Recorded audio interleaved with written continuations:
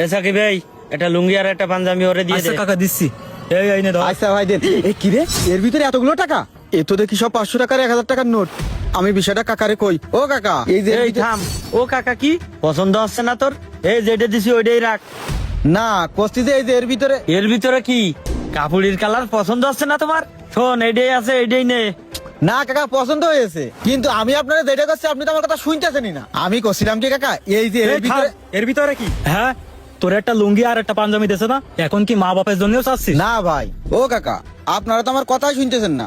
আমি কছিলাম কি কাকা, আমার এই এই থাম, তোরে যা দেছে তাই নিয়ে যা দিন বাড়িতে যত সব মোটে পায় না, যা একটু পাইছে তারপরে আরো চাচ্ছে গরিব ফকির নিকনকে। ও কাকা, আপনারা আমার যা ভাবতেছেন আসলে সেইটা না। আর ভাই, আপনি কথা করার আগে একটু হুশ ডান করে কইেন। আমরা গরিব হতে পারি, এইটা মনে রাখবেন। আমাদের অত লোভ নেই ভাই। আমি যে কথাটা করতে যাচ্ছি আপনার জন্য তো আমার সেই কথাটাই শুনতেছেন না। এই তোর কি কথা শুনতে হবে রে? তুই যাবি আনতে, যাবি, যা আনতে যা। যেটা দিছি ওইটাই নিয়ে যা। হ্যাঁ, আমি নিয়েই যাব।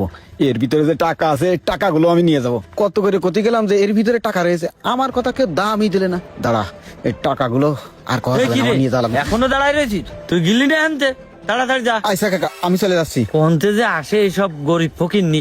এই সাকিব, এগুলো সব পশ্চিম পাড়ায় বিতরণ করে দিবি। আচ্ছা ভাই, ভুল হয় না ঠিক যেন। আছে। টাকাগুলো বিতরণ করার দরকার। এই শাকিল, এদিকে আয়, দাঁড়া। জি ভাই, কোন কালকে যে তোর কাছে 1 লাখ টাকা দিলাম, টাকাটা নিয়ে আয়। ভাই? ওই টাকা তো আমি সেই জাকাতের কাপড়ের ভিতরে রেখে দিছি। এই, তুই টাকাটা জাকাতের কাপড়ের ভিতরে রাখিস মানে? হ্যাঁ ভাই, আপনি বিতরণ করবেন এই জন্যই টাকাটা আমি ওই কাপড়ের ভিতরে রেখে দিছি। আরে কি, এই তুই আমারে কি ক্ষতি করলি? ও কাকা, জাকাতের কাপড় তো 40 ব্যাগ বিতরণ করেছি। এখন কোন ব্যাগের ভিতরে টাকাটা গেছে কেউ কি স্বীকার করবে? 1 লাখ টাকা, এই টাকার লোভ কি কেউ সামলাতে পারবে? টাকা দেখলি কাঠের পুতুল হা করে। হ্যাঁ, তুই ঠিক কথা কইছিস। শোন শাকিল, যে জায়গাতে পারিস, যেভাবে পারিস, তুই আমার এই টাকার ব্যবস্থা করে দিবি। আমি চলে গেলাম, কথাটা মাথায় রাখি। এই টাকা এখন আমি কোনতে ম্যানেজ করব? এই রানা দাঁড়া, আমি না তোর কাছে যাচ্ছিলাম। কেন আমার কাছে কি জন্য যাচ্ছিলি? আমার হাতে না বেশি সময় নেই, আমি তো মেলা ব্যস্ত আছি। এখন বাজারে যাব, ইফতারিরও সময় হয়ে যাচ্ছে। আরে ভাই দাঁড়া না, ইফতারের সময় যাচ্ছে, আমি তো বুঝতেছি।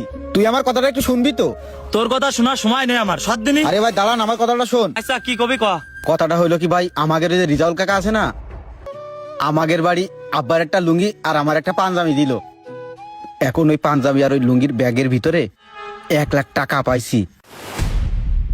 1 লাখ টাকা? কি কোষ? হ্যাঁ ভাই, গুইনে দেখেছি 1 লাখ টাকা। এখন করছি কি, আমি না বুঝে উঠতে পারতেছি না এই টাকাটা আমি কি করব। আসলে তুই তো বলদ আছিস, তোর কপাল তো খুলে গেছে। এই সব সুযোগ কেউ হাতছাড়া করে পাগল? ওই টাকা তুই পাইছিস, ওই টাকা তোর।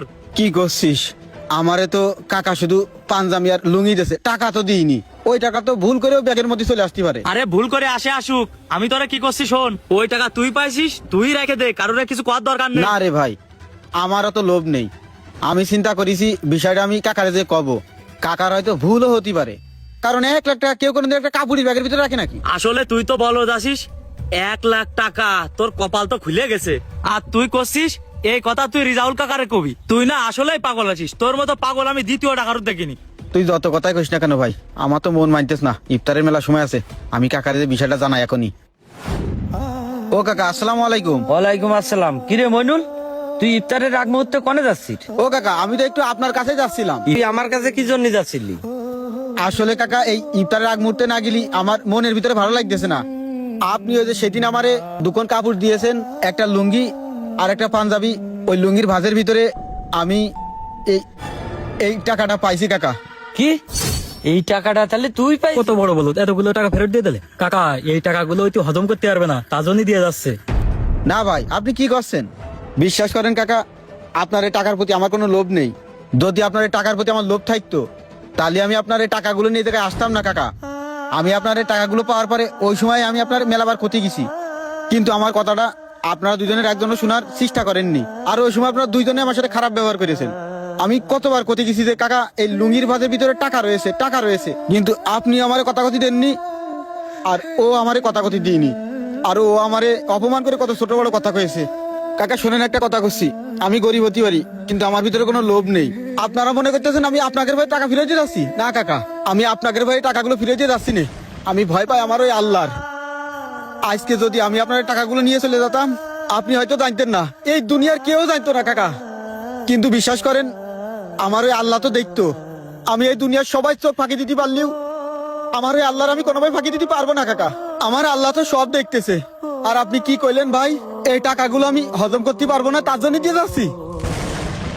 ভাইরে, আমার ভিতরে ওই আল্লাহর ভয় আছে। আমি এই দুনিয়ার কারোর ভয় পাই না ভাই।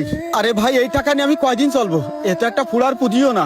একটা কথা করছি শোনেন ও কাকা, আমি এই দুনিয়ার কোনো মানুষের পরোয়া করি না।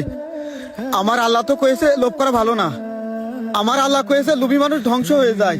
কোনো সময় লোভ করা উচিত না, তাহলে আমি কেন লোভ করব? কাকা, একটা কথা করছি শোনেন, না খেয়ে মরে যাব, তারপরেও কোনোদিন লোভ করব না। আপনার টাকাগুলো আপনার দিয়ে গেলাম। আসসালামু আলাইকুম। লোভের ফাঁদে পড়ে আমরা কত কিছুই না করি।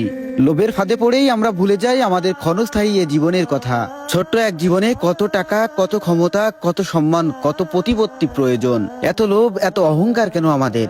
মাটির পিঠ থেকে পেটে চলে গেলে এসব কি কখনোই কাজে আসবে? তাই কখনোই লোভ করবেন না, লোভ করা উচিত নয়। আল্লাহ পাক লোভী ব্যক্তিকে কখনোই পছন্দ করেন না। অবশ্যই ভিডিওটা শেয়ার করে পেজটি ফলো করে দিবেন। ধন্যবাদ।